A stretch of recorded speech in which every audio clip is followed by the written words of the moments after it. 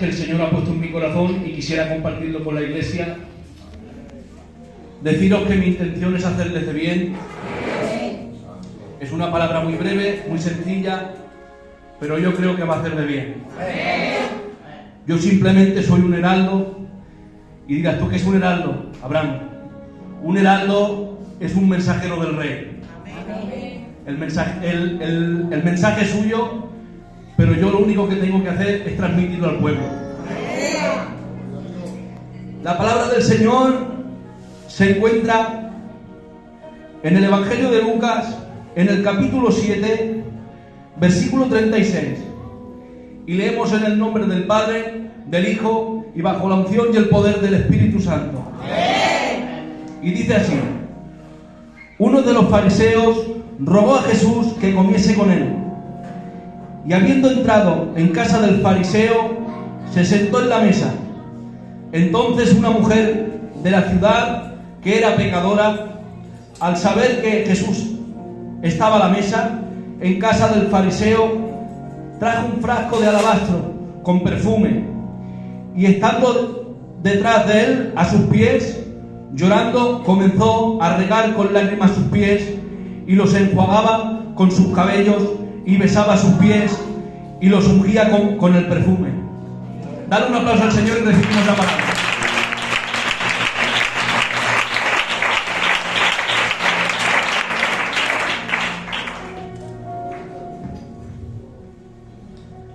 Vemos a esta mujer, como dice el texto, una mujer que no tenía buena reputación, una mujer pecadora, que estando en casa del fariseo, el Señor, dice, llegó y se echó a sus pies.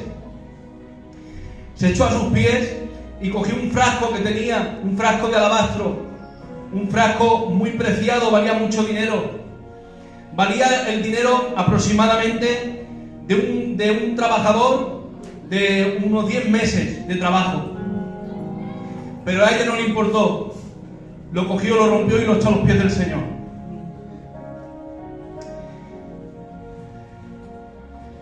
Y vemos a Judas diciendo: ¡qué desperdicio! Lo hubiéramos podido coger, venderlo por 300 denarios y se lo hubiéramos podido dar a los pobres. ¿Cuánto tiempo Judas estaba con el Señor?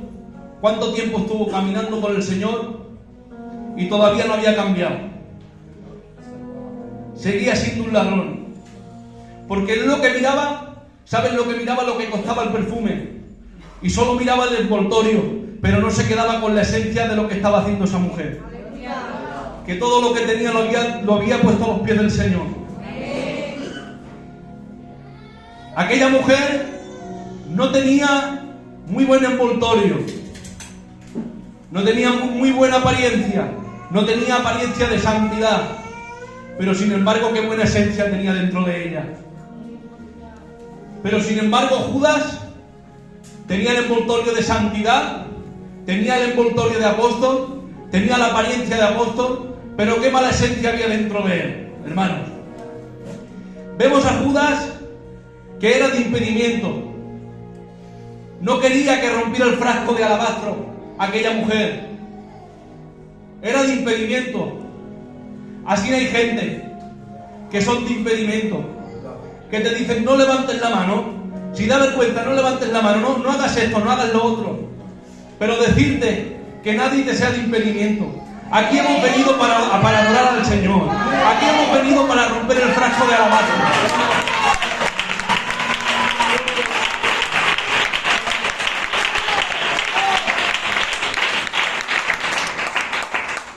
Hemos venido a romper el frasco de alabastro y derramarlo a sus pies. Quizá, acompáñame, Antonio. Quizá tú le adoras al Señor, le aclamas al Señor y tú dices: es que el Señor no me responde. ¿Cuántas veces muchos le hemos dicho? Es que el Señor no me responde. Pero decirte que el Señor te responde. Pero el Señor te responde al momento preciso y al momento perfecto. Porque no es cuando nosotros queremos, es cuando Él quiere. dice en el libro del profeta Habacuc, si miramos en el primer capítulo, en el primer rótulo, dice queja de Habacuc. Se estaba quejando al Señor. Decía, ¿hasta cuándo seguiré aclamando y no me responderás? Pero si miramos en el segundo capítulo, más abajo, miramos el rótulo y dice, y Jehová responde a Habacuc. Porque yo tengo un Dios que responde. Yo tengo un Dios que contesta. Pero es necesario que seas paciente. Como dice en el Salmo 40, pacientemente esperé en Jehová, y Él se inclinó y oyó mi clamor y me libró del pozo de la desesperación. Es necesario que seas paciente. Tienes un Dios que te escucha, tienes un Dios que está por ti, tienes un Dios que te amor, tienes un Dios que te misericordia.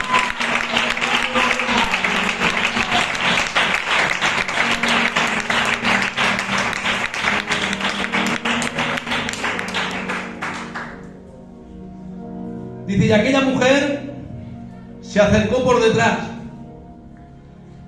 Y yo decía, ¿por qué por detrás? Se acercó así por detrás. Porque no se sentía digna de ponerse delante del Señor. Quizá no te sientas digno de ponerte delante del Señor. Porque tú dices, mira lo que hago. Soy una mala persona. Hago las cosas mal. Mira lo que estoy haciendo. Pero decirte que el Señor igualmente te tiene en cuenta. Decirte que tienes un Dios de amor y un Dios de misericordia. Dice en Primera de Juan, si confesamos nuestros pecados, fiel es Dios para perdonarlos.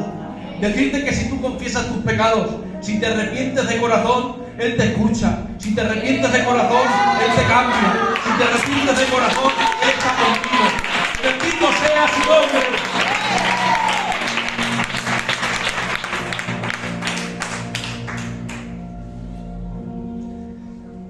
Dice, y cuando se acercó aquella mujer, vemos que cuando se acercó aquella mujer, decía Simón el fariseo, el santurrón, decía Simón el fariseo, el santurrón, decía, si fuese profeta, sabría qué mujer es.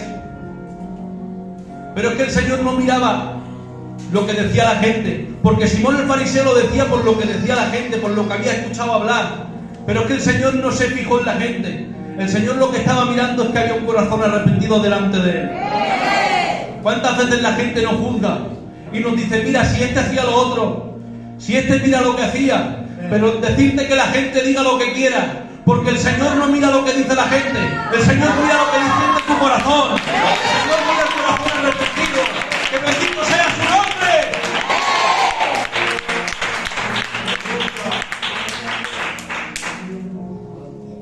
Vemos a Juan, el apóstol del Señor, que era un hombre de mucho temperamento. Fíjate el temperamento que tenía, que a él y a su hermano Jacobo el Señor le puso un apodo, le puso los hijos del trueno, porque saltaban a la mínima. Pero sin embargo, cuando el Señor lo trata, se llamaba el discípulo del amor. Porque es que cuando el Señor te trata ya no puedes ser el mismo. Cuando el Señor te trata y conoces el amor de Él, ya no puedes ser el mismo.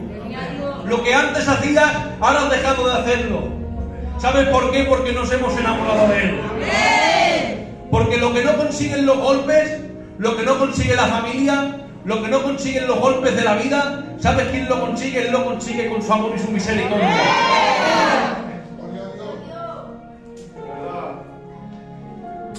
Dice, y estaba el Señor en una casa y le trajeron un paralítico y se lo bajaron por el techo. Porque por causa de la gente, por causa del gentío, no podía acercarse por la puerta y entonces se lo bajaron por el techo. Y cuando se lo bajan por el techo, dice que el Señor le perdonó los pecados, le dijo, tus pecados te son perdonados, y luego lo sanó. Pero luego cuando lo sanó, le dijo, toma tu lecho y vete a tu casa. Y yo decía, ¿por qué lo mandabas a su casa? Porque hasta ese tiempo había sido una carga en su casa. Y el Señor quería enseñarles a todos la bendición que había hecho con él. Nosotros cuando estábamos en el mundo éramos una carga, pero sin embargo ha venido Él, ha venido con su amor y su misericordia, nos ha cambiado y hemos cambiado de ser una carga a ser una bendición.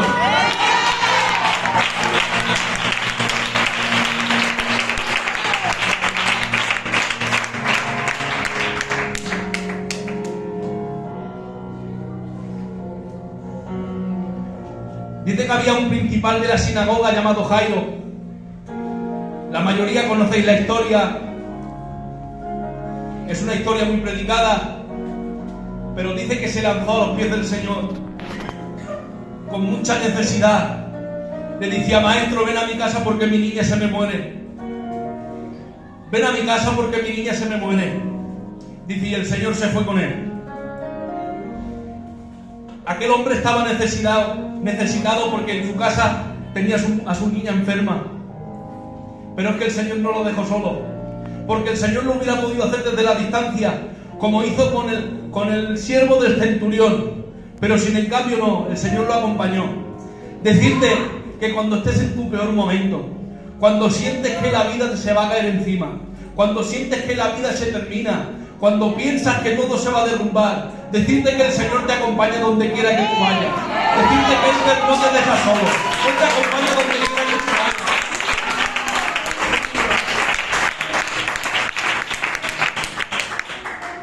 Dice, iban caminando a la casa de Jairo y se encuentran con un mensajero. Qué mal mensajero, hermanos, porque un mensaje malo te puede cambiar la vida, ¿verdad? Dice, y aquel mensajero viene y le dice: no molestes al maestro porque la niña ya ha muerto. Pero sin en cambio el Señor no se detuvo, el Señor siguió adelante y le dijo: Jairo, no temas, sino solo cree. Pero dice, cuando llegó a aquella casa, la niña ya había muerto. Dice, pero la tomó el Señor de la mano y le dijo: Talita cumi, a ti te digo, niña, levántate.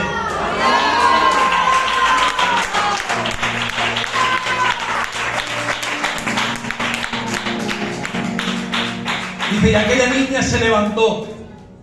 ¿Cuántas veces la gente ha venido con mensajes de desánimo, diciendo: si este no vale la pena, no malgastes el tiempo con él, que este ya está perdido?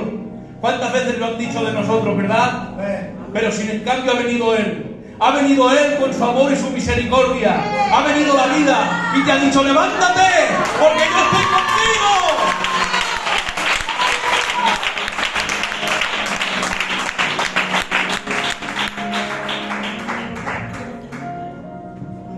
Dice, y el Señor entró en una sinagoga, y cuando entró en una sinagoga había un hombre con la mano seca.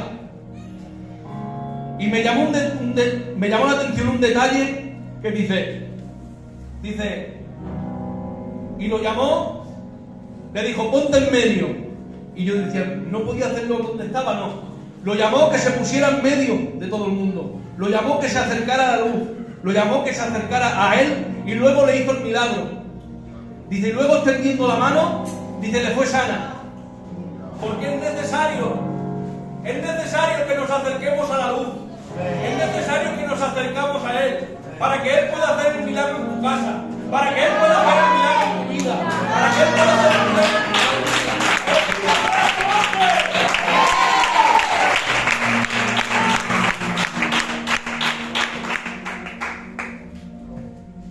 Y volviendo al principio, dice que aquella mujer derramó el frasco de alabastro.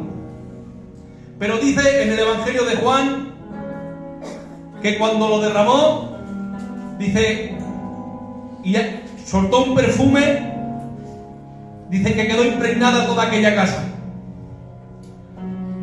Decirte que si tú vienes al Señor con un corazón arrepentido, con un corazón presto, decirte que el perfume, que la gloria del Señor impregnará tu vida, que la gloria del Señor impregnará tu casa, que la gloria del Señor impregnará tu familia, que bendito sea su nombre.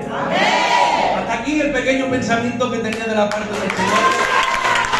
Que Dios nos bendiga y nos bendiga.